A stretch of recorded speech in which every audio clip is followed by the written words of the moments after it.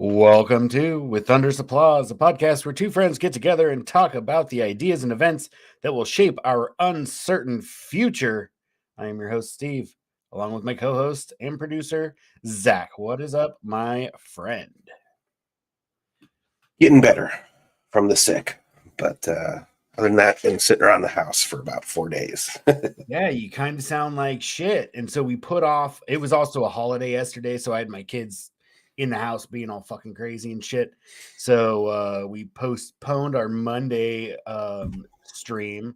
We have some changes coming to the channel. We're going to focus on trying to be a bit more concise so that you can spend less time and still get as valuable of insights as you would in 2 hours, but try and get it in an hour and a half. Yep.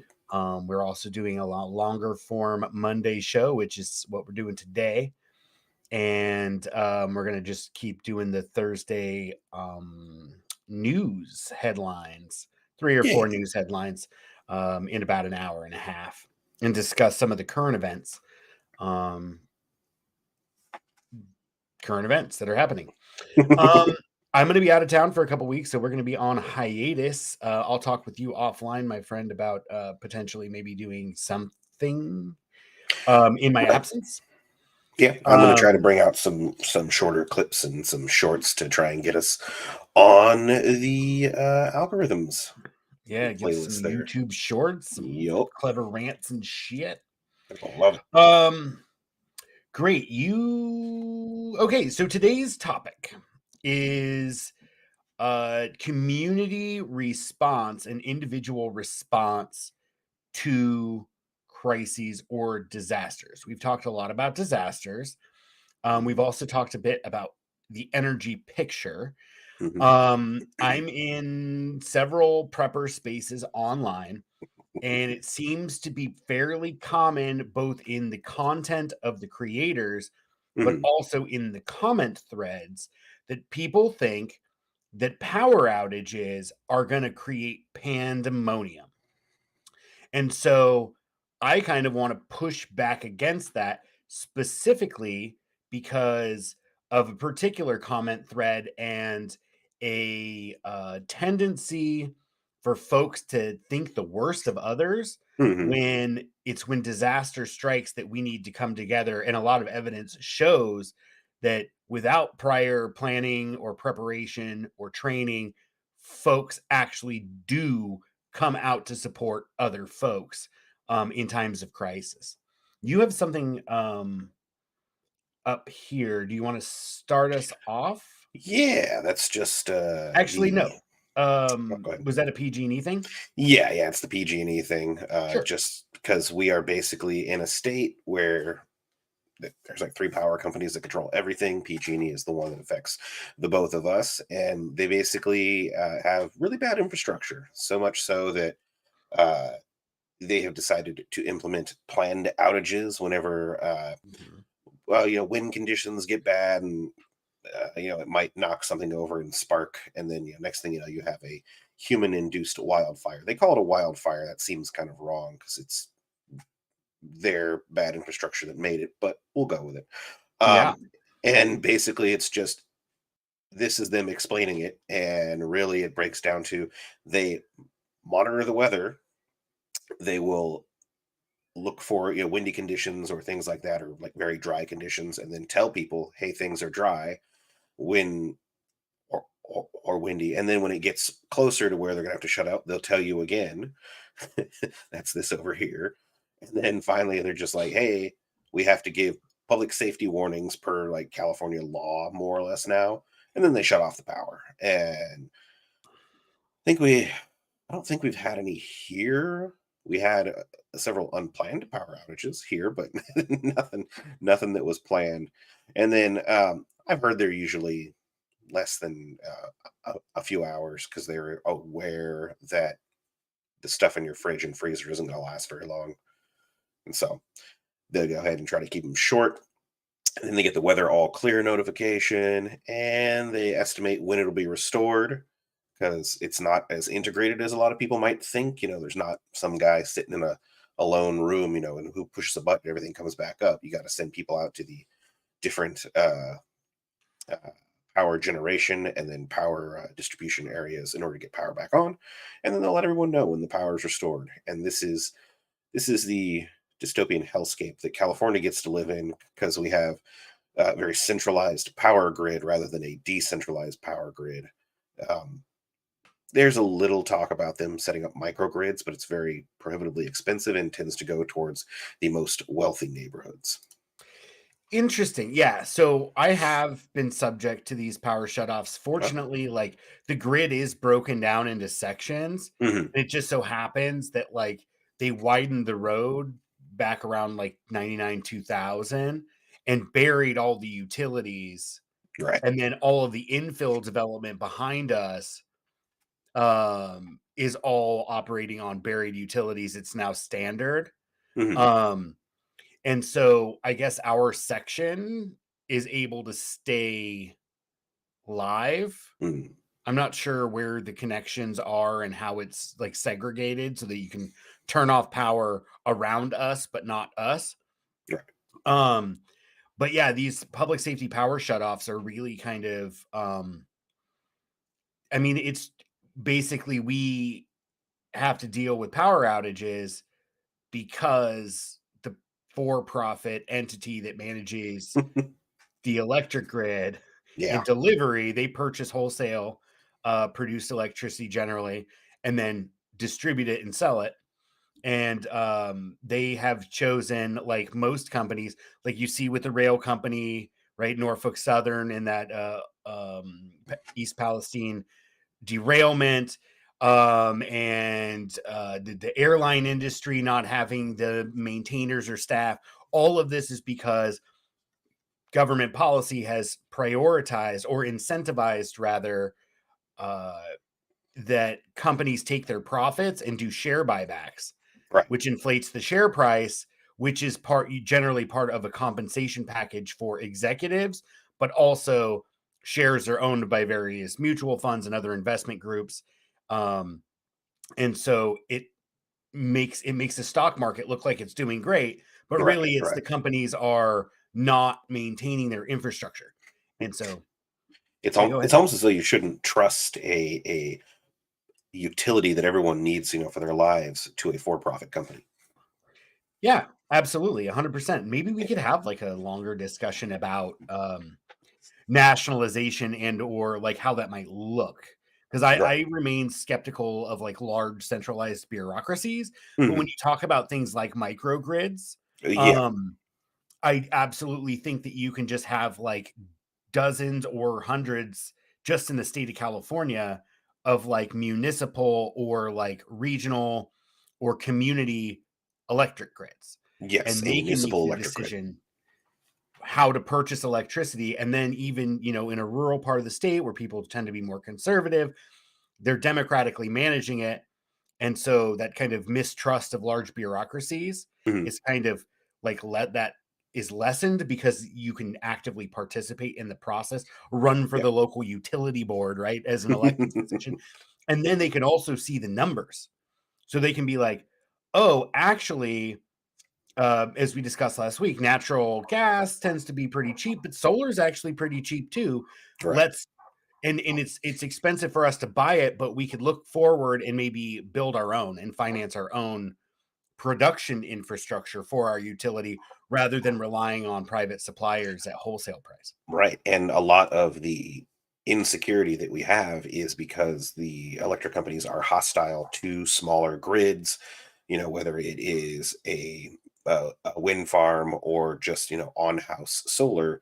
They're very hostile to that. I believe you said you had to pay a true up pretty recently, and that is basically, in my mind, that is PG&E just strong arming people and being like, you don't want solar, you're gonna have to pay this true up thing all the time, like you won't end up saving very much money, you should just stick with us, like trust our Well, grid.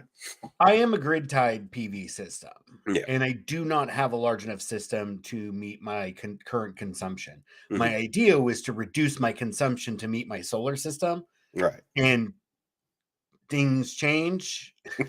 And so, and it's a decision that members of my household have to make collectively. And Hmm. I am on the losing end of reducing electric consumption, Hmm. unfortunately. Even though I pay the bill, explain that. That's neither here nor there. The important part to say, in as far as electric is concerned, is we don't have feed-in tariffs. So, like, I don't even get wholesale prices Right. when I do exceed. They just reduce it. You reduce your bill Mhm. by per kilowatt. So if I produce a kilowatt, it reduces my bill by a retail rate kilowatt, which Mhm. in California is like 24 cents. And 1,000 watts is fucking nothing. Oh, yeah, Uh, yeah. a I got thousand a watts, computer down here that's pulling 1,000 watts, when I play games and shit. yeah. And so that's every hour it's drawing that 1,000 load. Yeah. That's 25 cents roughly, right? Yeah. Like I have fucking fridges and freezers running all of the time. Mhm. Um, and I have a kilowatt meter, which is a little device that plugs into the wall, and then you plug the appliance into that, and then it measures it. Kill hyphen a Yeah. hyphen watt. It's clever. Um, and anyway, like I've taken like masking tape and written the energy consumption and put it right on the freezer. Yeah, check those out, man. They're rad. They're really cool. Yeah, it gives you a Um, really good idea of just how much power you're actually using. mhm. Fantastic little devices, not very expensive. I think they're less than $50, right? They are very cheap. I actually Yeah. even loaned one out to, a friend. We were using somebody's space during, like, the early pandemic, for a grocery distribution operation. We were using a coffee shop that was closed because of COVID, Yeah. and they were like, "I don't understand. They keep telling us since we're occupying while they're closed, we need to pay the electric bill." Mhm. And they had somehow one of them agreed to it, and then the whole organization was on the hook for it. Yeah. But I loaned them my kilowatt meter, and I said, "You're using one fridge. Plug that in and find out what it is," Mhm. because they were basically like being like, "Well, since we're closed and you're using the space, you're going to pay our monthly connection fee, which is just like you just pay to have electric service. Right, right. You're going to pay all the distribution fees, all the local utility taxes, and all of that shit, even though you're only using one refrigerator." Well, and they would Right. have to pay that no matter what, even if Right. their a business weren't Yep. open. So that's 100%. really They oh, were yeah. trying to pass the expenses onto our nonprofit group. Yeah. And so I gave them a kilowatt and they were like, "Oh shit, we're getting fucked."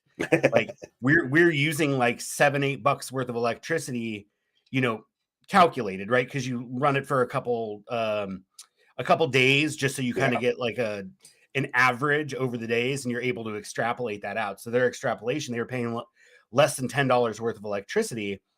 But then they were on the hook for like $170 bill.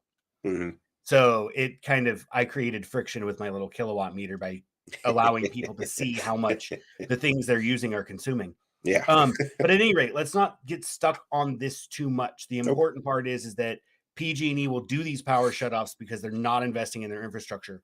And so with that, if you want to come to me, We I are have an there. article here from the MIT Press Reader. This was published. I don't want to scroll away, but I think it was published in like 2003, 2004, 2005. So when like terrorism was like still really high on like, oh, all these problems and potential risks of terrorism or whatever. Yeah, yeah. And so that's where this came from. And they were talking about the vulnerability of the electric grid. But I really liked some of this. You see this big quote here in the middle. One civil defense expert concluded that an electromagnetic pulse attack is one of the few ways in which the US can die as a nation. Mhm. That's kind of, it's not necessarily hyperbolic when you consider that you don't have industrial capacity without electricity. Oh, yeah, yeah. Like, Um, our ability to pay bills and earn money as a country goes to 0 pretty much.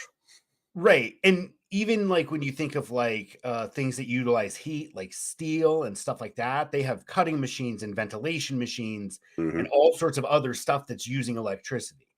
Um, So it would be a very big deal. EMP, I'm not sure. I don't know a lot about those, but my understanding is like they pretty much only come from nuclear devices. Can You you can do make an them other EMP that's ways. not a nuclear device? Yeah, yeah. You can. It's just not Okay. as common. Yeah. I know that the fear of EMP is huge. People make a lot of money making people think that EMPs are like the Common. worst thing that could ever fucking happen. Sorry, go ahead. Oh, I mean, like making them think that they're common. Yeah, yeah, no, and it's highly unlikely. But I did want to read this section below because I thought it was really apropos. Without electricity, society loses most of its critical infrastructure. Yet the US electrical system is hard to protect because of its sheer extent. And though American grids have not been attacked, it is not because they are impregnable. Then he talks about a Alfred Hitchcock film.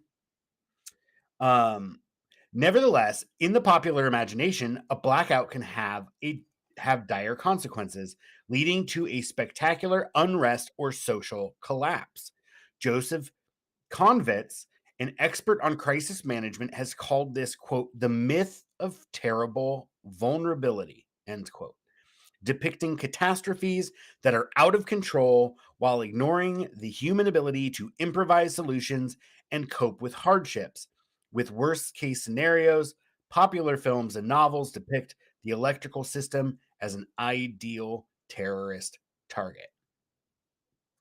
Then there was more pop culture stuff um, that you can read through. This is a great article. No, I don't want to subscribe. Great article, but I'm not going to subscribe. And then it goes into how terrorists might be able to hear. And they refer to both the power outage in 77 in New York, and then also the 2003 Northeast blackout, which we're going to cover both of those now. But I just kind of wanted to point at this and just draw people's attention to, like, yes, it is a big deal. And some of that is because, like, our grid is like antiquated. Oh yeah, yeah. Like it was made when our grandparents were young. Yeah, I think of even my grandpa's neighborhood. They Yeah. ran those, and I mean, there's probably been replacements and some maintenance, but like we were saying with PG&E, they're now preferring power, public safety power shutoffs is what they call them, PSPS, Yeah. um, in lieu of investing in their infrastructure. And part of that is because in communities, rural communities, it's very expensive. It's too Right. expensive to put it underground, and it's expensive to go into these remote places to fix equipment. That's how the campfire happened, as you mentioned last episode. It's just a little metal hook that had It worn out. failed. Yeah. And the thing Yep. is, they knew about it too. They could have just replaced it for probably like $100. Yeah, at PG&E, big metal hook up on the thing. Maybe the part might be a few hundred hundred bucks, bucks, but and then like you got to send somebody out to with replace it. labor and Yeah. travel time and fuel and all those other things. I can Yeah, tell you, it's less than the payouts they had to do for all the people's lives they destroyed. true, and more importantly than the money the company had to pay, like, people died and lost their Yeah. livelihoods and lost their home and everything they owned, etcetera, so forth, so it was fucking horrible. All right, did you have the practical engineering clip up? Engineering. There was another clip. Did I miss something? I thought it was. Oh, All I well, had I was might not have included that, and I Canadian apologize. River. It's okay. No, okay, we don't need it. The thing I wanted to draw from that, you can come back to Docking Bay 94 There. for a second. So in that practical engineering clip, which we don't have, because I failed to put it in the tracker, we were just going to provide a really small snippet, but like sewage treatment plants don't work Go on. after when the power goes down, Ah. and water pumping systems don't work. So in some of these power outages, even localized power outages, like people go on like boil water advisories for days Mhm. after, because when these systems fail, there's potential for contamination. So on top of our industrial infrastructure and economic activity, right? Like stores can't open, point of sale systems Right. Stops don't work. working. Okay. Right. The So in worse addition to yet, like worse yet, the ATM to go get cash doesn't work.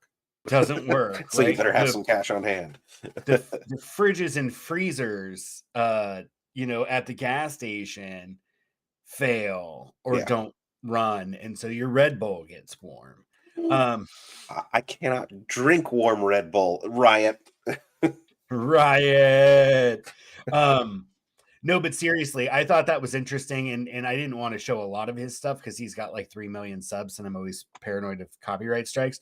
But I did want to show the thing about the wastewater treatment, because if they can't pump sewage in and out, sewage will back up places. And that's something that's been a concern of mine with the heightened risk of severe flooding Mm. in the valley, where at least our wastewater treatment system is near the river. Um, because if that floods out, then it's just, all the sewage will back up into the system and into people's houses inevitably, or up Yeah. through, storm drains or whatever, or sewage access drains. Because the storm drain and the sewage are on separate lines. At any rate, so it would be a really big deal. But is it the end of the world? I don't think so. Okay. Let us come over here to my screen. We are there. Looks like we're looking at a comment thread A on YouTube. comment thread on a Canadian prepper video that he published earlier this week, or maybe it was like a week ago. But this person here said, and I should have blacked all this shit out, but there should be neighborhood meetings to create a plan of attack in case of worst case scenario happens, something like being complete pandemonium. Even the churches are clueless. It's a comment thread, not very well articulated, not throwing shade on this dude, because his sentiment is something that I share. Like, we need to work with our neighbors, work with neighborhood groups, work with like various kinds of like civically minded nonprofits and other things to prepare for situations like this. And then you get the responses. Gray man, the zombies will eat the flesh off you. He said preps. So basically, like, if you try and work with other people, you're just going to wind up supporting them, and then your family gets screwed, right? Right. Yeah. Like this one. This is a good idea, but unfortunately not in my neighborhood. I'm surrounded by liberals. These people are helpless. I suggested a neighborhood watch on social media because people's cars were getting broken into, and I was called a racist and a fascist and some other things. I have to agree with the others. You don't want to be organizing public meetings. That will mark you as a subversive. If you have a group of known like-minded, meet with them and formulate your own plans that do not involve the lemmings. Lemmings will do what they're good at doing. You need to stay focused on your survival. My neighborhood of 17 houses on large properties would kill each other in a heartbeat. Good idea, but I would lean toward like-minded communities if you have to include anyone in your prep plan. Lemmings, by the way, do not walk off cliffs as a They natural don't. behavior. They were chased off cliffs, and that was recorded. And Disney created Yeah. because Disney was like a rabid anti-socialist Yeah. and a rabid anti-Semite. And so he created this kind of myth that, like, yeah, people follow each other into their own doom, right? Yeah. Excellent thought. However, not necessarily all your immediate neighbors. However, you can find like-minded people in your community. And when it does go to hell, make your own community with those people. So I just kind of wanted to show some of this because it's really common. Yeah. It's really, really common, and it's sad because the reality is that when shit hits the fan, you're not going to be able to go meet up with your fucking family or your like-minded friends. Like, Yeah. all You're this stuff about bugging out, like, yeah, you can bug out and stuff, but like most people don't have a place to bug out too. well, and everyone And else is bugging out as well, and so you're pretty much stuck where you are. It's more like right, bug in. right, and as we'll see here, maybe we'll touch on like if the grid goes down. Like, first of all, they're talking about just general disasters, right? Mhm. That was actually the other thing I wanted to show here. You're still on my screen. Yeah. Yeah, if you put in something like grid down scenario, there is no shortage of Oh my god.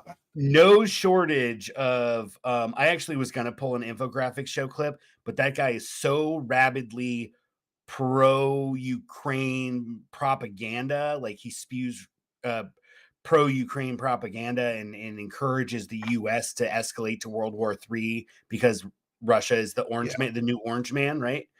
Mhm. Or has always been the orange man, right? Now I have something to Remember, Google. Russia helped Orange Man get elected, Oh, which yeah, was yeah. a Okay, complete okay. fucking fabrication, which people have short memories and they've completely forgot about it and aren't paying attention when they're like, oh, yeah, we were totally full of shit. And we're only admitting it now 5 years later, 6 years later. Anyway, you even got this the art of manliness, how to survive a grid down disaster. Oh, man, I learned how to tie a tie from those guys. First 90 days. It's like these fucking photographs of like things get fucking bombed out because the power goes out, man. I What I mean, wanna know, how do people go ahead. think that they're gonna get gas? They Like, don't. how do you Well, pay for gas? you what you probably do is you open up those when you see them filling the tanks, Yeah, and they open up the sewer, the manhole, and then they siphoning. access it, probably like rigging your own pumping system from there. Yeah. But you're absolutely right. And then taking it from other vehicles that are parked that have tanks of gas. Mm, Um, like how long would society last during a total grid collapse? This, I think, is the video that I wanted to pull from. mm. Yeah, because I watched it partially right till that point where he talks about Pre-plans. his sewer treatment. But like you can look at it and it's just like there is no fucking shortage of them being like, oh my God, the whole world is gonna fall apart because the electricity goes out, right? Mhm. What does it look like in a grid down scenario? And then they provide like, what is that image of? The power wasn't out in that image. It might have been locally due to like damage or something, but that just looks like civil unrest, Yeah. political protest that gets a little rowdy, right? Anyway, let's move on. I just wanted to show folks that there are tons and tons. There's no shortage of this, of people saying, "Oh my God, Oh, you yeah, have to yeah. be the gray man." They say, which means blend in, don't let anybody know who you are, which is smart. That's OPSEC. You were going to say something? No, go ahead. Oh no, I was just they blend in, blah blah blah, and bug out because like everybody's just going to start like murdering each other in the street because the power goes out, right? Um, so you're still on my screen? Oh, they just had my Switch back and forth a lot. email address up there for a while. Oops. Oh, I don't think anybody saw that, so you're good. Good.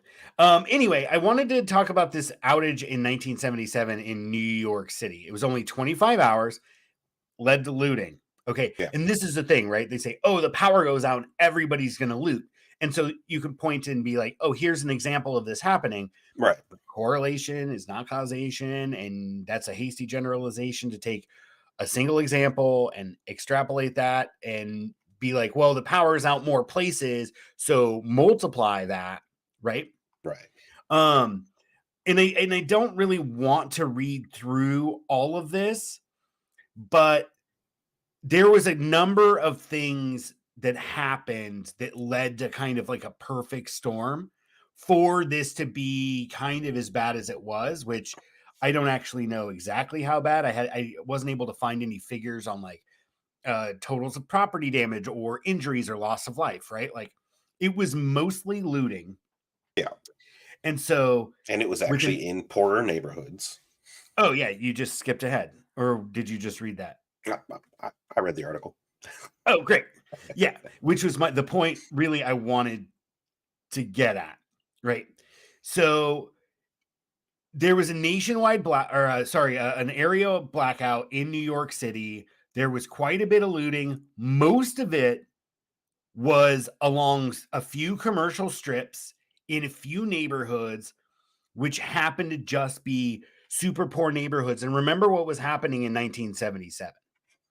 Like the oil embargo Yeah. and stagflation and urban decay. This was before gentrification, right? This was at the bottom of American urbanism.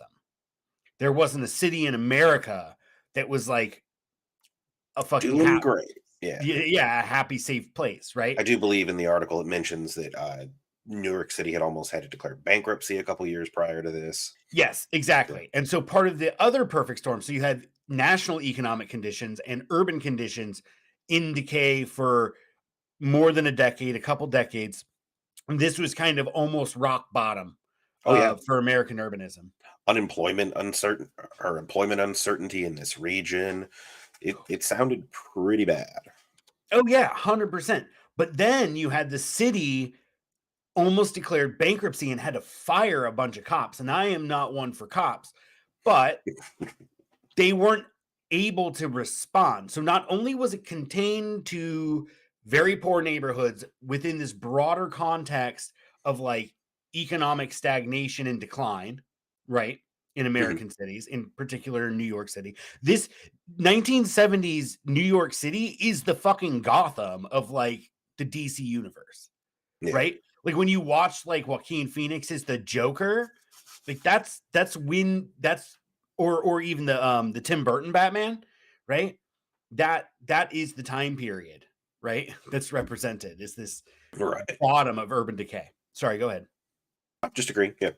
Yeah, you know comic books better than me. I don't know why I'm making comic book references. But as I understand it, that is kind of the basis for the city where there's muggings and stuff all the time because that Right. Right. or you have what are other popular movies?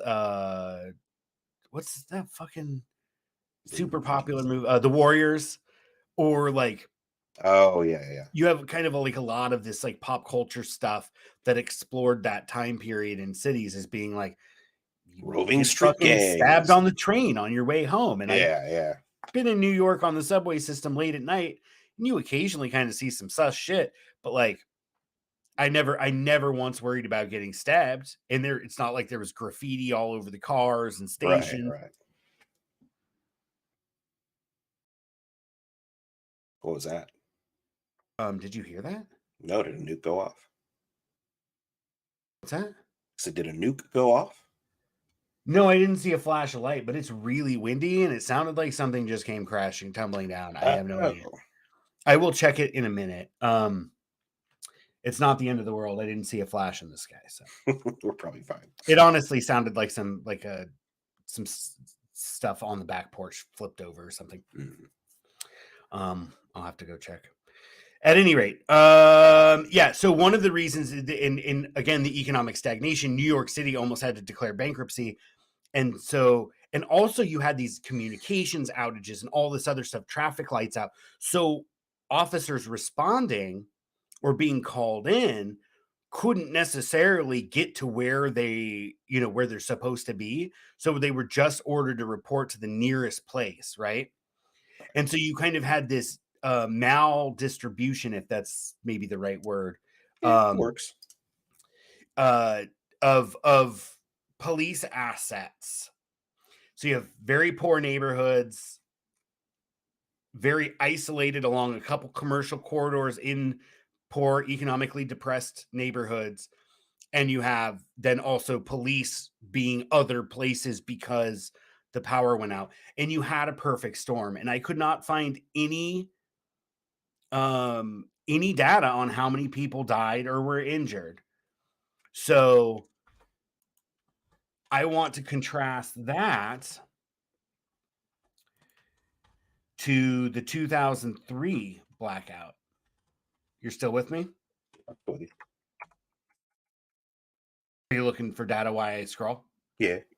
I'll keep talking. So this one was an interesting because this was like a regional grid collapse in 2003. An overgrown tree branch hit a power line in Cleveland and the alarm system wasn't working. So the utility company didn't know. And then 8 states plus the province of a Canadian province of Ontario, not entirely, but those states were affected. And it was 50. This is more than 50 million.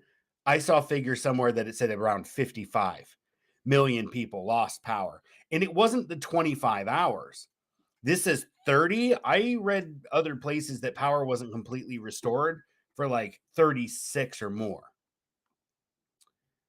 Um, so what I want to draw attention to is that this happened again for longer, Mhm. and you didn't have the same result. What was New York City in 2003, and how is that different than New York City in 1977? 2003. One of those things. Trying to think. What's that number that you dial in an emergency? 911? That's right. Oh, okay. Yeah, exactly. So you had a sense of solidarity that you didn't have in the 70s at the peak, or not the peak. This was like in the consequence phase Yeah. of white flight and urban disinvestment. Yeah. Also by 2003, New York City had already begun its upward gentrification process, right? So you had more wealth, and globalization funneled wealth into the financial capital of the empire. I mean, New York City is the financial capital of the American empire, right? Right. And so globalization, the American empire, between 1977 and 2003, that city had a major revitalization, which has continued, which is why it's harder and harder for poor folks who lived in New York for generations to afford to live there, and why homelessness numbers keep increasing. Um, so you had this power outage that lasted longer than 77, but you didn't have the same kind of result in fear mongering. And so there's a connection between how the media wants to portray it and reality. Here, they had to endure about 30 hours without electricity. New Yorkers turned the blackout into a moment of urban solidarity. Citizens started to direct traffic since the traffic lights were out. They helped each other out of trapped subway cars, welcomed in stranded colleagues who couldn't get home. Restaurants held impromptu cookouts, sharing food and beer with neighbors. Yeah. Because all the food's going bad, so you might as well You can't fucking accept cook it. payment for it. Payment doesn't work. And then all these skyscrapers, it's something James Howard Kunstler talks a lot about. Because he's like, dude, like, you think people are gonna be in like a 30-story fucking glass office tower in Atlanta without air conditioning? No, you can't. I mean, New York's not even, I mean, it gets pretty hot and fucking humid in the summer, Yeah. but like all those people are down on the street because there's no electricity. This happened in when was it? Yeah, in 2003. August. So the Oh, gotcha. hottest Yeah. month of the year, right? Like, You want to get down low. yeah, and so they were just doing, there's photographs of like there's a photo essay somewhere, and you should check it out and do a little digging on it. But basically, like, ice cream parlors, like, well, fuck, our ice cream's melting, so they're just like, free ice cream, and everybody's all lining up Fuck and yeah. talking, and they didn't have fucking screens to distract them. Right. The paper pushers in their fucking offices, all the marketing executives and shit, they couldn't do anything, right? Because the only functional system, I think, in grid down is like a landline telephone, right? Yeah. Yeah. Those And are this was the at the very grid. early stages of cell phones become replacing landlines completely. Early 2000s cell phones were still not um universally owned, right? No, no, not at all. I think I bought my first phone in 2005. Yeah, Yeah. I didn't have one till maybe I was 2004. I didn't have one till I was nearing the end of the military, so 2004, 2005. Yeah, exactly. And that was pretty common, right? People Yeah. had phones, but not everybody had a phone. Right, right. Um, Now I have a a, a first person story. What do you call that? Where happened. We were moving or not moving. We were going down to Southern California, and a truck spilled a whole bunch of crystalware on the road. Uh, mm, um, right around the Grapevine, and it was taking them forever to clean it up. They basically shut everything down.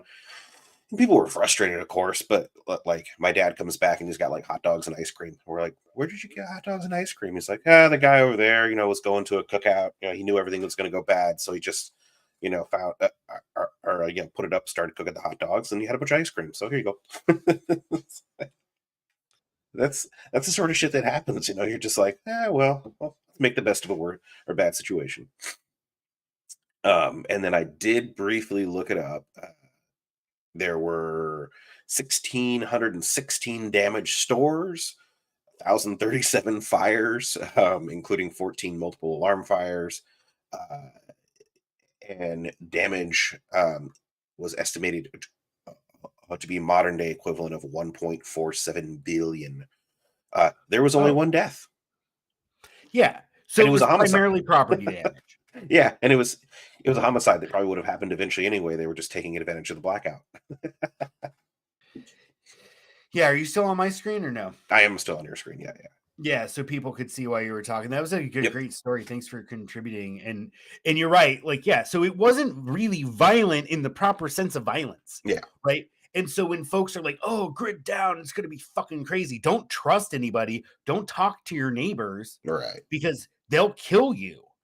And it's like you had people who were economically frustrated, racially frustrated, right? Because the Right. civil Yeah. rights movement got fucking kneecapped with the MLK, among others, being assassinated, and then the CIA. This is like, yeah, about the time the CIA started flooding cities with fucking crack, using the sale of illicit drugs not only to take care of the black problem, right? Yeah. Yeah. Um, but also to raise money to fund their coup operations and their clandestine shit in Latin America, Yep. right? And so all of this is connected. And all of they did is they're like, hey, fuck this, dude. Like, let's just go fucking steal some shit. Yeah.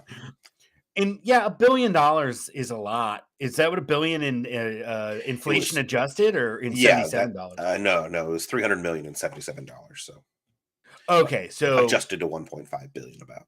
about 1.5 billion. Yeah. Which, I mean, yeah, that's a lot, dude. That's a lot of fucking money. That's a lot of property damage, man. Yeah. I mean, So I hey, at understand. least they went hard. Yeah, if you're gonna go big, right? Yeah. Yeah. So anyway, I just like, I guess it depends on your state of mind, right? Like Mhm. for me, this picture here of folks sleeping on steps, some people would be like, "Oh my god, this is so horrible. People are trapped and can't go home." Do you know what I see right here, though? I don't see people murdering each other. Yeah. I see I people see a trying to bunch of escape the fucking heat. strangers in close proximity just being like, I'm so fucking tired." People able to sleep when surrounded by strangers Hmm. and not be fearful for their personal safety. Yeah. Not saying nothing happened. I don't have all the figures. I didn't really need to dive into it too deep, because the moral of this is not that it doesn't happen, right? Or that it's not a possibility. It's that when you overstate the likelihood as a fact, when you state as if it's a fact that when the power goes off or when there's some other kind of disaster, people turn to some kind of mythical human nature where they're fucking monsters. Yeah. Everybody assumes human nature is bad. And it's like, we are a group. We only survive in numbers. Like, human nature is to get along so the lion doesn't eat us. Like, you got to get along. It's that simple. We're not that great as individuals. Yeah. And it comes from the political philosopher Thomas Hobbes. I mean, I think it comes earlier than that. Um, but Thomas Hobbes was the one who famously said, life is cold, short, and brutish, or Yeah. whatever, and that humans are basically evil. He said that, I believe, in his pamphlet Leviathan, which, if my memory serves me correctly, because it's been a long time since I read it, is a justification for the monarchy. Mm, He's saying we need a sky daddy and we need a worldly daddy ground appointed by daddy. the Ground sky daddy. daddy, or else there would be pandemonium. And so Yeah. he built this idea of human nature to justify authoritarianism. So all these supposedly freedom-loving motherfuckers on Canadian Prepper, right? Or any other prep channel, and all those ones who showed all those different people talking about grid down scenario, the comment threads are the same. I'm not saying they're bad people. I'm saying they're people that can't think critically about the world around them, right? Yeah, I mean, it does seem like you get a certain mindset, and it's very easy to get dragged into the idea that humans are bad. Oh, and then the mentality of a prepper, I find, often shuts them off from other humans Mm-hmm. who disagree with them even slightly. And so you just kind of get that insular mentality of, well, it's me against the world. And, so nobody else can be trusted and everything. It's like if you stepped outside your door and just looked outside, I mean, maybe not as much right now because it's the middle of the day, but you'd see people outside just trying to have fun and live their life for the most part. Yeah, Like 100%. none, I see it none of too. this attacking each other and shit No, like that. yeah. And so this is like a perfect counterbalance to, oh my God, when the grid goes down. Like a lot of those are like within the first 24 hours. Hmm. Like you should be gone because day and a half. Yeah, They're just like, I guess I'll just sleep on this stair with all these strangers because like it's I'm fucking fucking hot. exhausted and I got nowhere to go. Well, the thing is, even if you like assume you can get into your domicile, that you're not like locked out by an electronic lock or some shit like that. It's gonna be hot as fucking balls inside. That You was do not want to a be lot of what was inside. going on Yeah, here. yeah. You do not want to be inside. It's gonna be so fucking terribly hot. And And so it's this is just amazing how people like, well, I got to be outside. I might as well gather with a whole lot of people. There's a better chance that if some shit happens, we will provide aid to each other. yeah, like look at all Because these really, people it's the not hurting. minority that's like, I'm going to take advantage of this confusion and chaos.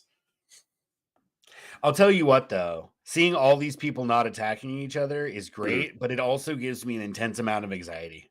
Yeah. I think Well, it's I like mean, pandemic yeah, traumatic response. I'm just like, 17 years later, they're all like, get away from me, get away from me, get away from me. yeah, it's like, oh my God, look at all those people sharing germs. Wear their masks. Oh, God. Oh God. But you also see, like, I mean, it's just people being people. Hmm. And yeah, it's dark, but people are still people, right? Hmm.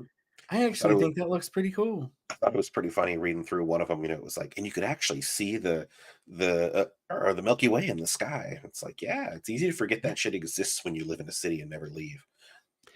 Yeah, and people just having to walk home across the bridge instead of take the fucking subway So or many get fucking on a people. bus. Look at this dude. When you're commuting home on the Brooklyn Bridge with the rest of New York City during the blackout, you need some sex. Everybody needs some sex. This is just a Hardcore fucking dude sex. playing music for people. The thing is, in cities, that shit happens all the time anyway. I mean, yeah, they're buskers. They're trying to make a few bucks, but like, 100%. yeah, Yep. it, But guess what? it's free if you don't have any money. Okay. So let's continue on with this idea here.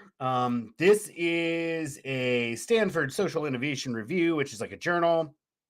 It is a book review of Rebecca Solnit's A Paradise Built in Hell.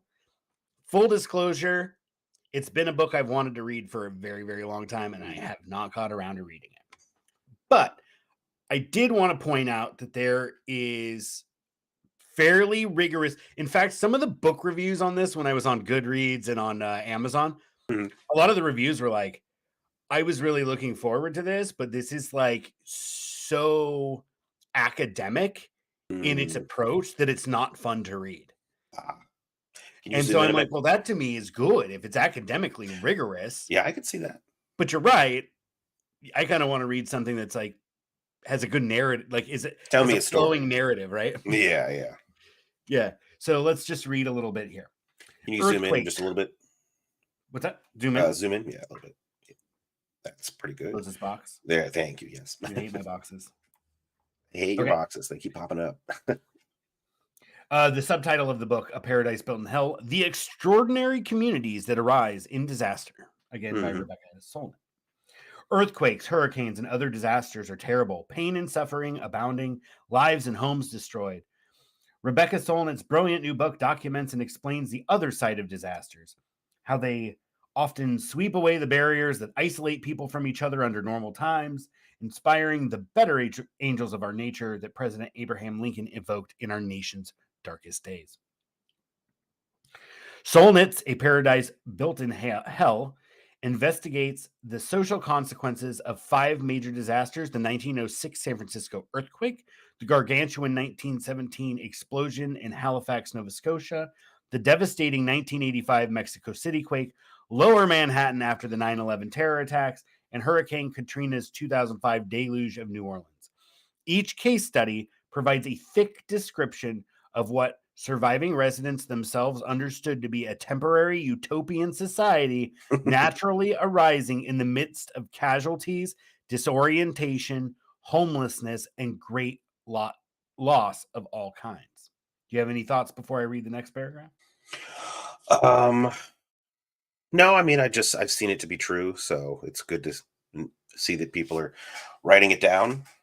And well, I mean, I can't help but think about being in the military. When 9/11 happened, and like the first response that most of us had, aside from, well, shit, we don't get to go home, is like, yeah, well, where can we funnel money to help? Like none of us could actually go because we're in the military, but we took up funds, started donating money. Some people were already off and in the Donating blood. area. Huh?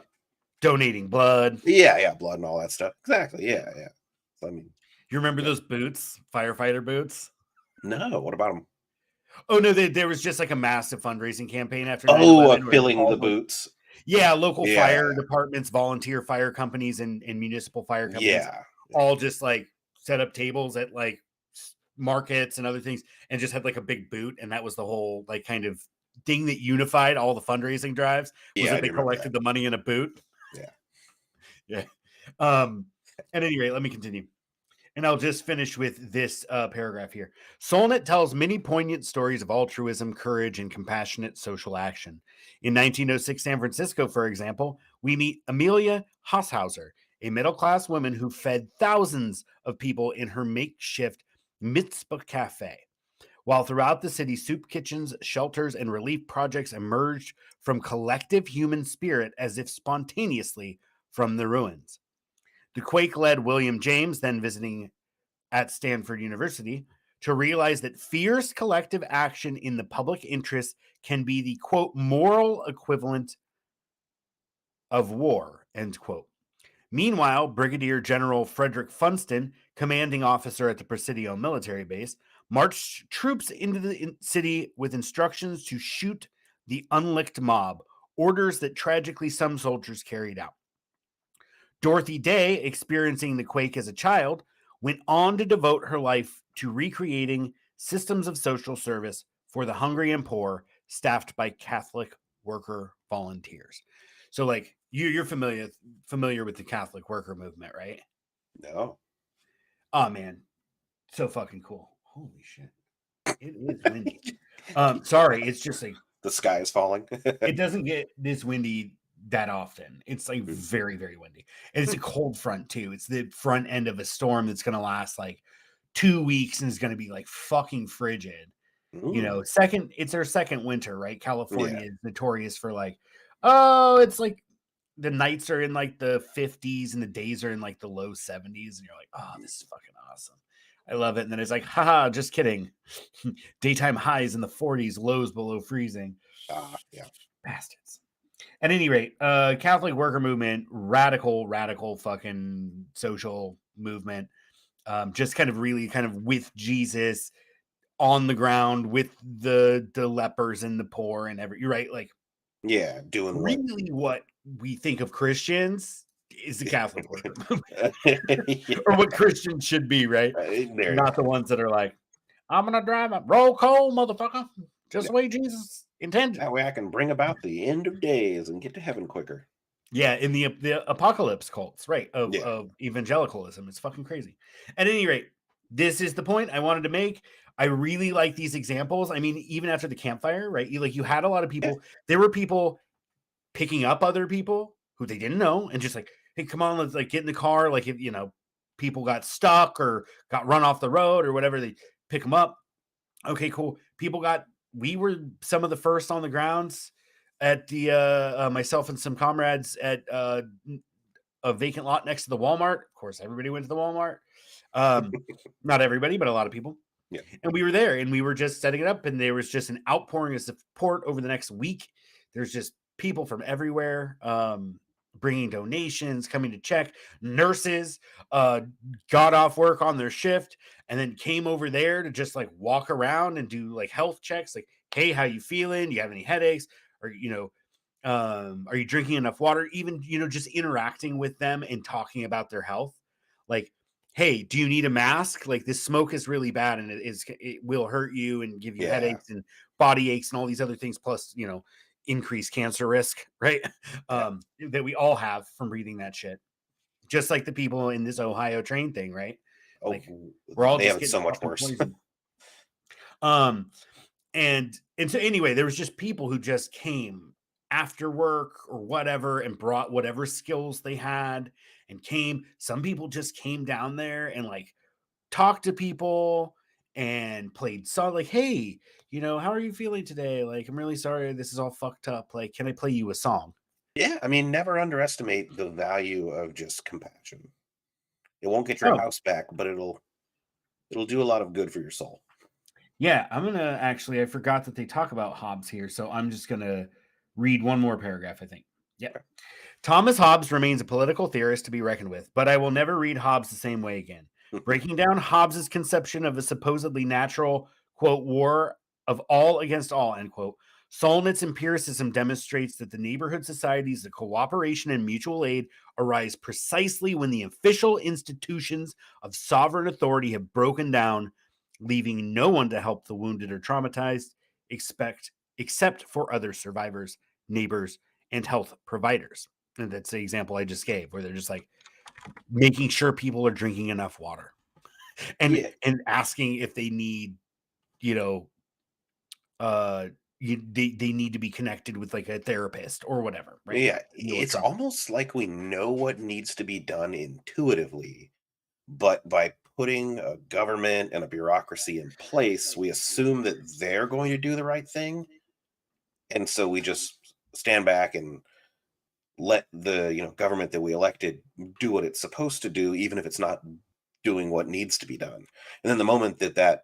oh, are they actually going to do anything, question comes into place. We're like, well, we know what needs to get done. We know these people need to be taken care of, and we know that it's not going to happen through the normal means. So let's just go ahead and take care of it. Like, is government a good thing, or is it holding us back? Let's see. This article says something about that in just a moment. Solnit shows how often the greatest post disaster threats to human security and welfare come not from anarchy or even looting, but from the panic, militarized overreaction of elites who fear a loss of power and control. Come back to 94. I You're back. really like that resonates a lot because when you think about kind of like to kind of extrapolate a bit, right? When you think about the kind of boomer, white, male, reactionary who the prepper community is pretty diverse, especially now. Hmm. Canadian prepper is mulatto. He's like half black or whatever. And there's lots of different kinds of preppers. They're not all old white guys, right? Actually, one of the most popular ones is a young woman. She's not that young. It's probably around my age, early 40s or something. In Austria, I want to say. She was actually just on Naked and Afraid, Oh, but she wasn't allowed to. She was like, "Okay, I can tell you that I was there, but I can't tell you anything about it. But tune in and watch." yeah. um, but anyway, so she's pretty popular. So it's female European, right? Um, but anyway, there is a tendency for the audience to be majority, I would say at minimum, a majority of older white men. And so when you think of this like loss of power and control, how that manifested in like the charlatanism of someone like Donald Trump, Mhm. or the kind of like this kind of fascistic turn we've seen in American politics of the white working class, which isn't the working class, because younger working people don't have this view. It's really the older that feel like the system that was supposed to be delivering for them stopped delivering. And Mhm. so then they blame immigrants, or they blame black people. Anybody, They can't yeah. just put on a fucking belt, right? Or any other kind of trope. Sorry, Literally go ahead. anybody but themselves for being swindled and bamboozled. Yeah. But I think there is a legitimately agency is something I talk to my fucking therapist about all the time, about Okay. like just having to deal with the fact that like I'm not in control and I'm not a power hungry person, but even just over like I mentioned earlier, the electricity, like Mhm. even though I'm the one that pays the bill, so technically I am in control, but like recognizing that like I am a social creature and that like some things I have to give when I don't want to give. I have to deprioritize my kind of political and ecological principles Mhm. in the interest of a harmonious existence with the people I love, right? Like, and so it's fucking hard. It's so hard. It takes a lot of therapy to fucking just keep me on the level, right? Um, but it is interesting. She mentioned the example above where it was military people who did the shooting, right? Right. And they're overzealous, they're panicked. And this is the whole thing with cops too, right? Yeah. Like you put cops in a fucking intense situation, they're going to be a lot faster to the trigger than when they feel like they have control, right? Yeah. And so to reemphasize, one of the often the greatest post-disaster threat to human security and welfare doesn't come from lack of authority or looting, but it comes from the overreaction of elites who fear the loss of power. And I mean, really, like that's what all we've seen with George Floyd and all these other things. You saw the counter. I mean, it happened in Chico. I don't know how if how it was in Fresno, but you look at major Pretty bad. cities like this Cop City in Atlanta, right? You've heard of that? Mhm. What, bro? We got to get you watching more news. News is bad. So, Cop City is a project in Atlanta that wants to build a police training facility Oh, okay. Okay. in Yeah. a park, Yeah. and they recently murdered someone. Um, I guess it's an intimidation tactic. I don't know all of the details. They swore that he fired first, Yeah. which is funny because then they would not allow any journalist to verify that the police officer even went to the hospital for injuries. Mm, So they're like, oh, no, he got shot. Trust us. He got shot. yeah. And if I recall correctly, this is like a place where people gather and they're like, no, no, no, we got to bulldoze all that down and put that right there. It's part of a park, and Yeah. it's like a forested part of an urban park. People call That's, themselves forest defenders, which I think yeah. is a really kind of a grotesque co-option of environmental and indigenous issues. Um, to be like, oh, we're forest defenders. Like, no, you're anti-police organizers. Just stick with that instead of trying to like broaden the appeal to like crunchy granola liberals, right? Like, just say we're against spending hundreds of millions of dollars on providing the ability for police to train for urban riot suppression. Yeah. To better kill us all. Yeah, to better control us as we all become basically, who was it that talked about the internal colonies? Was that Malcolm X, or maybe it was somebody else, Franz Fanon or something? I mean, I Um, have my own ideas, basically as we become more and more useless to the rich, because you have automation, mhm. machines and stuff that are doing our jobs. As we become more and more useless, they're going to want to make sure that they have control of us before eventually just letting us all die. That's right. Let us move on. They do want us to die, or they want to control us and eventually find reasons to jail us so they can use us as slave labor. Yeah, true. Slave labor is coming back for Oh, in a big agriculture, way. Yeah, guaranteed. yeah. I mean, it never went away. It was always No, legal in the United States as long as you were imprisoned. right. 13th Amendment, right? Yeah. Yep. Hell yeah. All right. This is from a paper hosted by the CDC, but it was actually an investigation of Hungarian, I want to say, students of emergency management. And they were trying to assess student perceptions, both coming into the program after finishing a bachelor's degree and then after finishing their master's degree, to see how the program was teaching these things and seeing if it's helping to break these misconceptions, right? So I just honed in on this looting one because that's the one that always fucking comes up, right? Yeah. And so you're like, okay, here's this example where there's $1.5 billion inflation adjusted equivalent worth of damage in New York, Yeah. right? Kind Not of a just due big to fucking looting, deal. fires, and everything else too, but yeah. Yeah. But here I wanted to point this out. So To zoom in a does it bit say too on the that. article? Oh no, I'm sorry. This is from a edited volume. It's hosted by CDC. It's from an edited volume called The First 72 Hours, which is like kind of like a handbook or textbook for emergency management. And this is from one of the chapters titled Common Misconceptions About Disasters, Panic, the Disaster Syndrome, and Looting. The Can you disaster zoom in a syndrome. couple of notches? What? Zoom in a couple notches. I'm sorry. Thank you It's for okay. that. Actually, I think I have to use this tool here. Yeah. Can't use my keyboard. You can often do a control and a mouse Plus, wheel. that's what I Control and usually the mouse do, wheel. Oh, but I it do the wasn't mouse working. wheel. If you hold down control and then Oh, mouse, like in and oh, out. Yeah, thanks, it's much thanks, quicker. Zach. Yeah. So Been this doing this title of computer this, shit a while.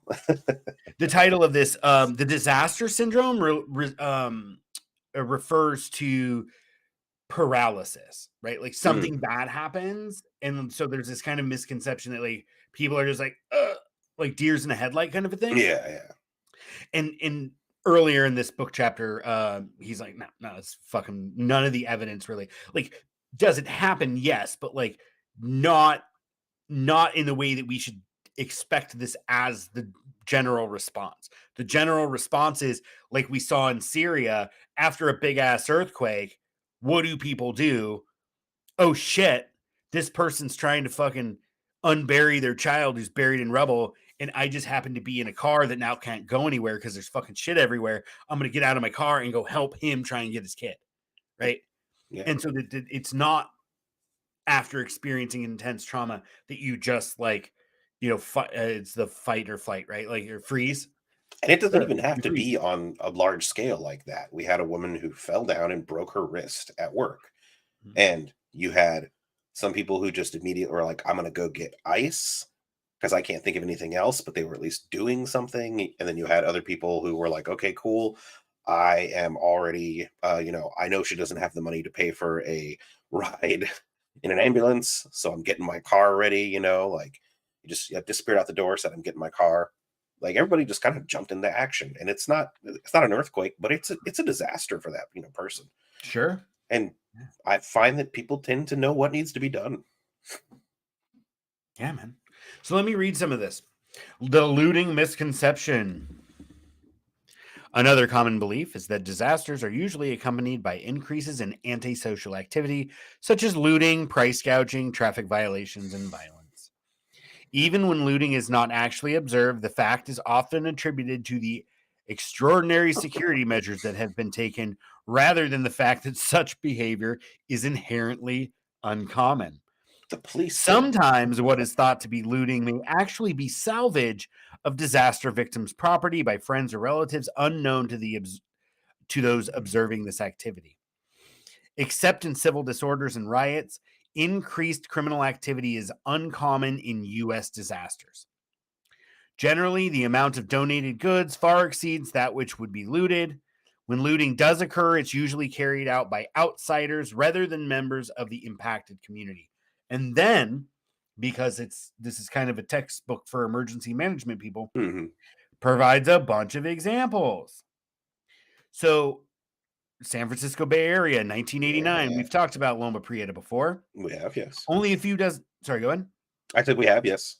Yeah, only a few dozen occurrences of looting occurred throughout the entire Bay Area. Most occurred in traditionally high crime areas. Overall, many jurisdictions reported a decrease in criminal activity. Hurricane Betsy in 1965. Thefts decreased. Right? Yeah. Federal city, the Oklahoma City bombing, 95.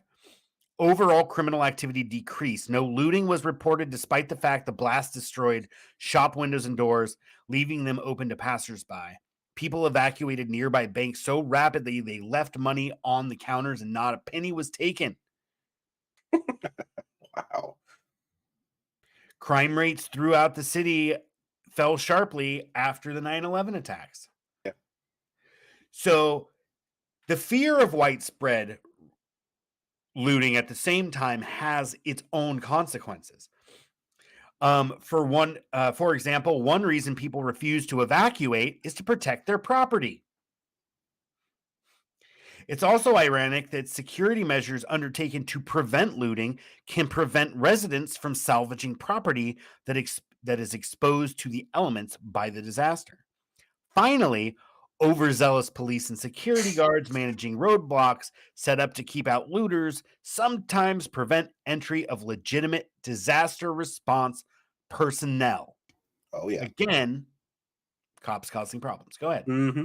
Oh, just absolutely. And if they're not, just you're preventing people from getting in, they're busy shooting people.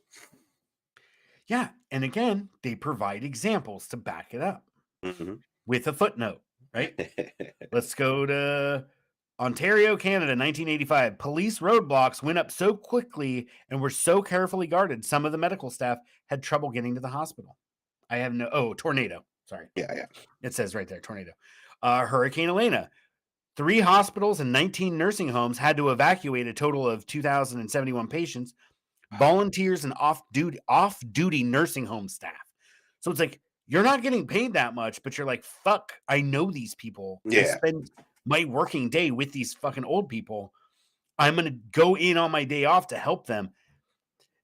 They were called back to assist with the evacuation, were not permitted to pass through police checkpoints. So the police are manning a checkpoint Yeah. to prevent looting, not helping evacuate elderly people, Hmm. and in fact, preventing people from helping evacuate elderly people I mean, we all know that the because police only exist to protect property. they only exist to protect property.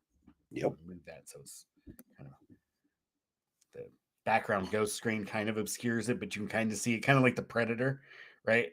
Like even though he's Yeah. kind of camouflaged, like you can kind of still see his silhouette. Yeah. Your microphone shows up every once in a while. Good. Okay.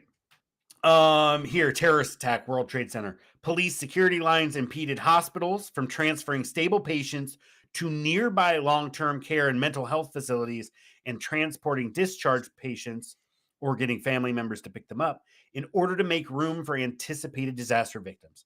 They also prevented vehicles from bringing supplies to hospitals from the outside and stopped what they considered, quote, unessential hospital staff, such as housekeeping, from coming to work when they were needed.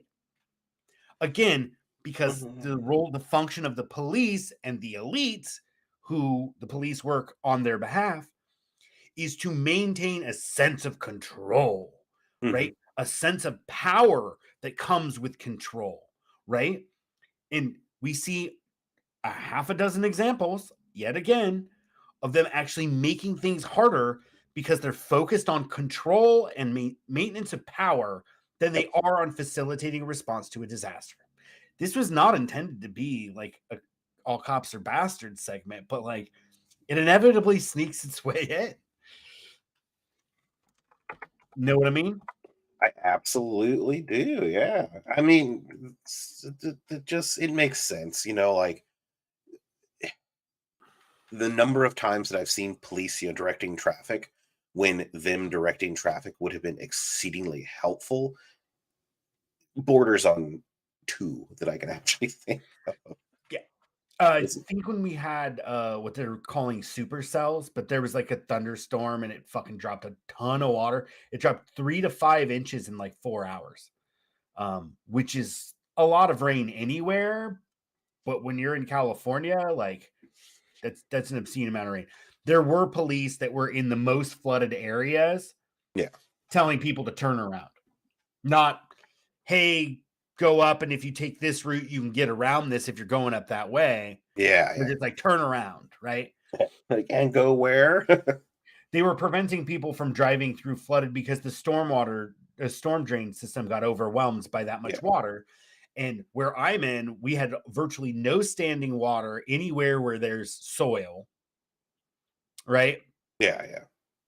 Imagine that. And there's very few places on my property that water actually leaves.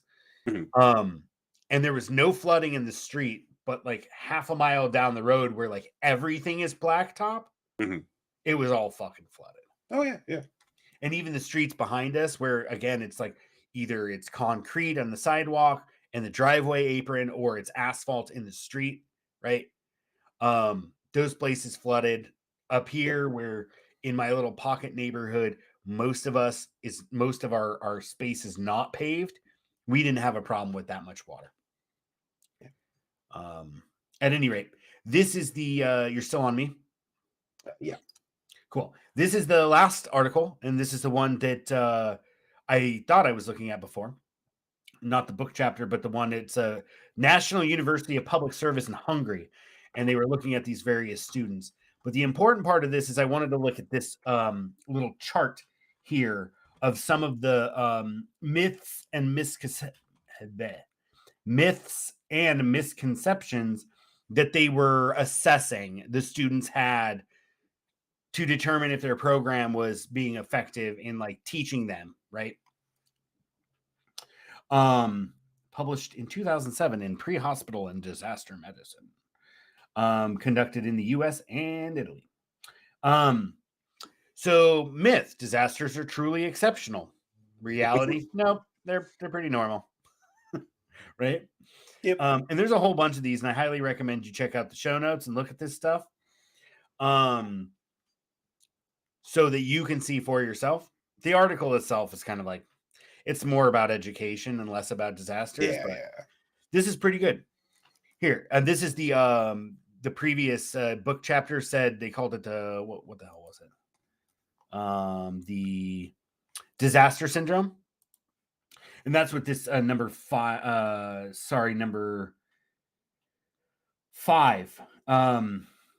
refers to. When disaster strikes, panic is common. Right. Most people behave rationally, right?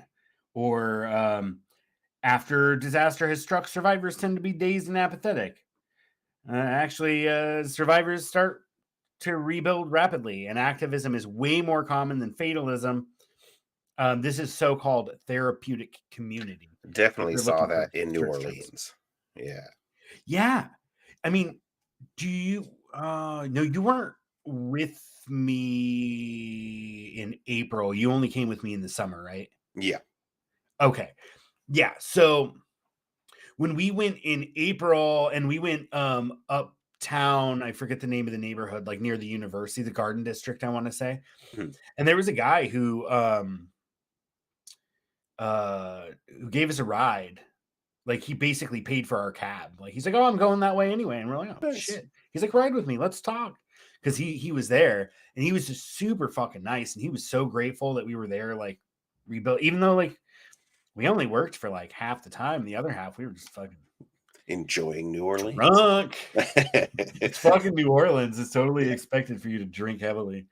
Um, but it was, I mean, we did a lot of good stuff in kind of more like mutual aid. We weren't there like as charity bullshit. Like we Yeah, were yeah. with the woman who owned the house that we were gutting, Yeah.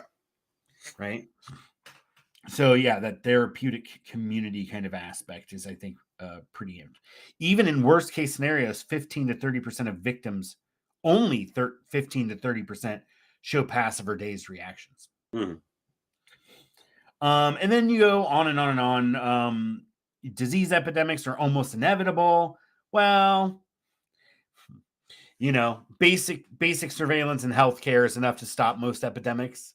Yeah. Um, Disasters cause a great deal of chaos and cannot possibly be managed systematically. Bullshit. No, actually, that's kind of.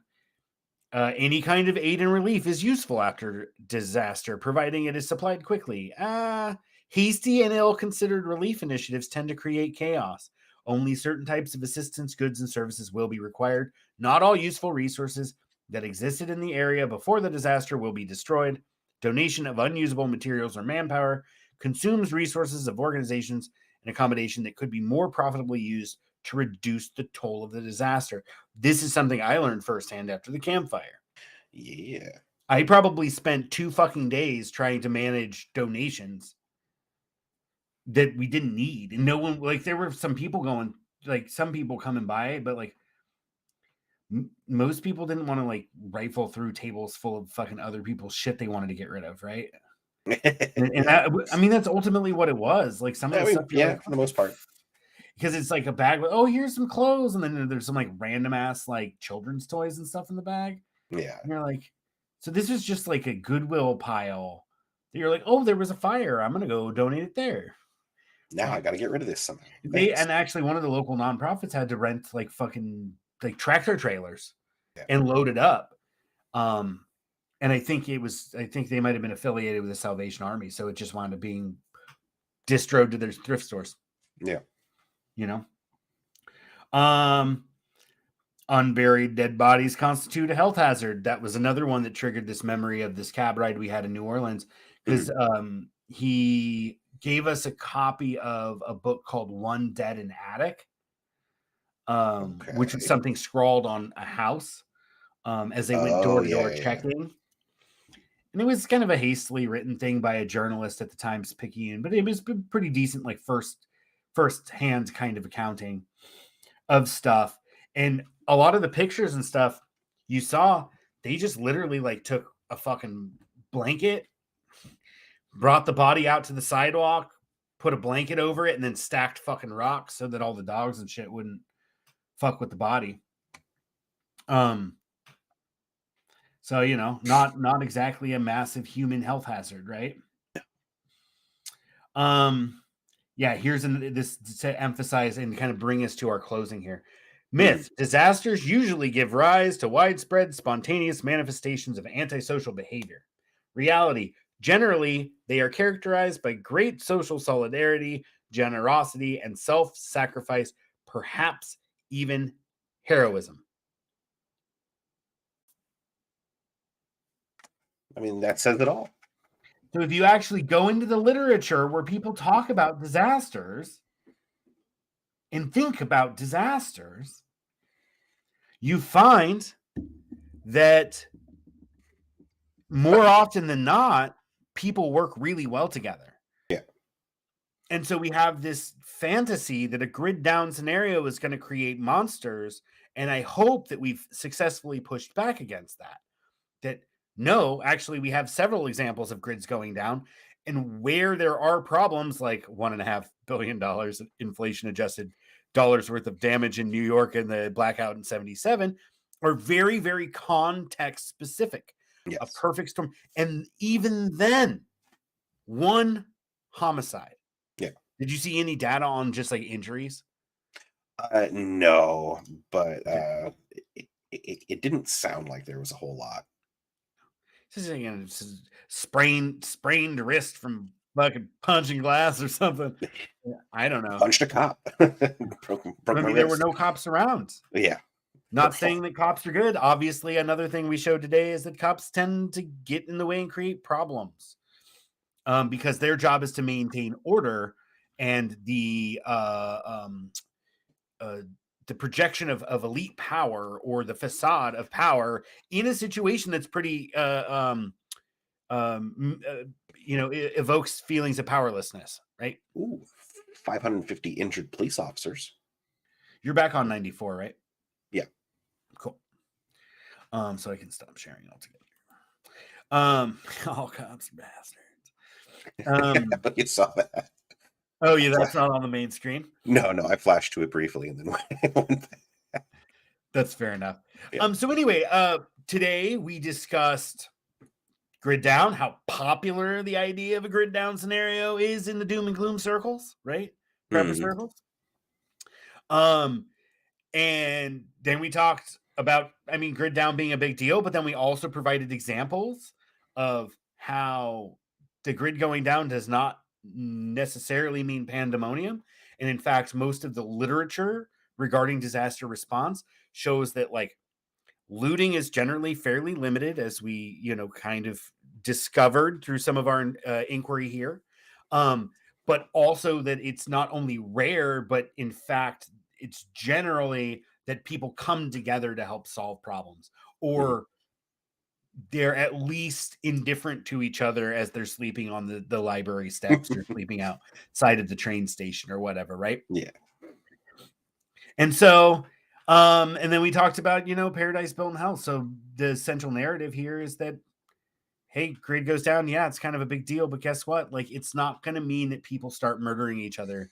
And we have to push back against that because ultimately that's what leans itself to fascism, bro. All Yeah, these people are like, fear of the othering, or fear yeah, of othering, this belief that humans at their heart are monstrous. And it's just not true. We all tend to be pretty decent, except for yeah, a ill few. right. And it's all rooted in basically like a kind of not an obscure philosopher. Hobbes is very well known, but it's Yeah. based in a philosophy of an even evil human nature that was developed to justify authoritarianism. So no wonder people who are wired for authoritarianism Hmm. are latched onto this idea that I don't work with your neighbors during a disaster because you can't trust your neighbors. Or, oh, all my neighbors are liberals and clueless.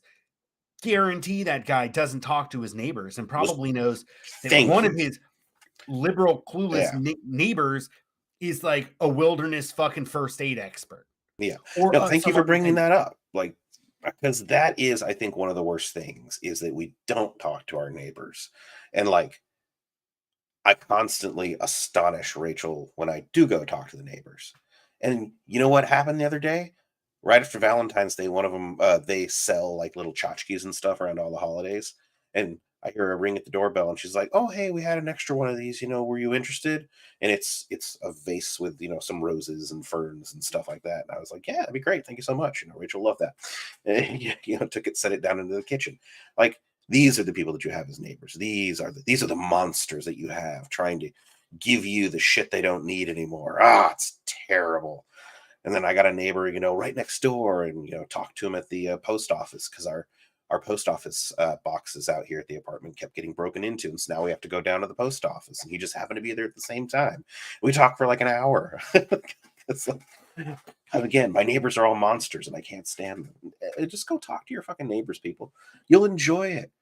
I like I learned that from my dad, and now my stepdad does it too. Just go talk to your neighbors. That'll erase all fear because you can't be afraid of what you know. You can only be afraid of what you don't know. You're right. And all this does is serve the elite, right? Like we Yeah. talk about, oh, Oh we yeah. can't come together to deal with like these real problems when Mhm. the evidence, as we showed you today, indicates that it's precisely when institutions fail that we all come together the most. And We that's become our super best important. selves. Yeah. Yeah, because I kind of conceived of it earlier, but like if it feels like shit is getting real, it's because this is what it feels like to crest that bell curve Hmm. in the limits to growth, right? Yeah. This Yeah. is this is us cresting the bell curve, right? Yeah. That's a good point.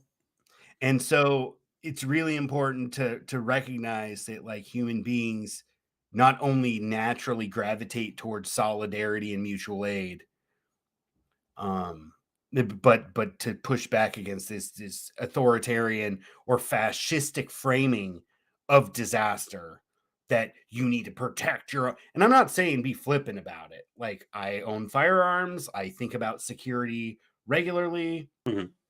does not mean that I think everybody's going to come try and rob me if there's an earthquake or a flood.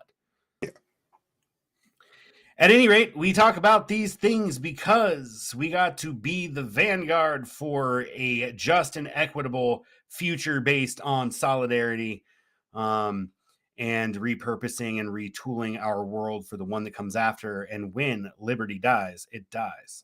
With thunderous applause. Thank you, my friend. An hour and 30 minutes, more or less. We could have Pretty tightened it up a good. little bit. I got an idea. I think you can see it in the home room now. I got a picture of the stream in the home room, so you can kind of have an idea what's going on. That way, if I switch back Yeah, and no, forth I between did catch feeds. that. Yeah, That's yeah, yeah. really fucking awesome because, Notice like, it. I'm always like, "Where are you? What do you have Exactly. up?" Yeah, yeah. And it just Yeah. occurred to me. I was like, I can show him. I don't have to. I can just Do show you him. I did don't have you to tell pull the audio from that clip? Which club? The accordion version of 99 Red Balloons? Luftballon? No, no, no. We'll have to save that Okay. for one of our more disaster oriented ones where we talk about Oh, nuclear shit, war. man, and we didn't even hit fucking the live stream's over. You can go I'll go home now. But I I did don't wanna want. say real quick, fucking,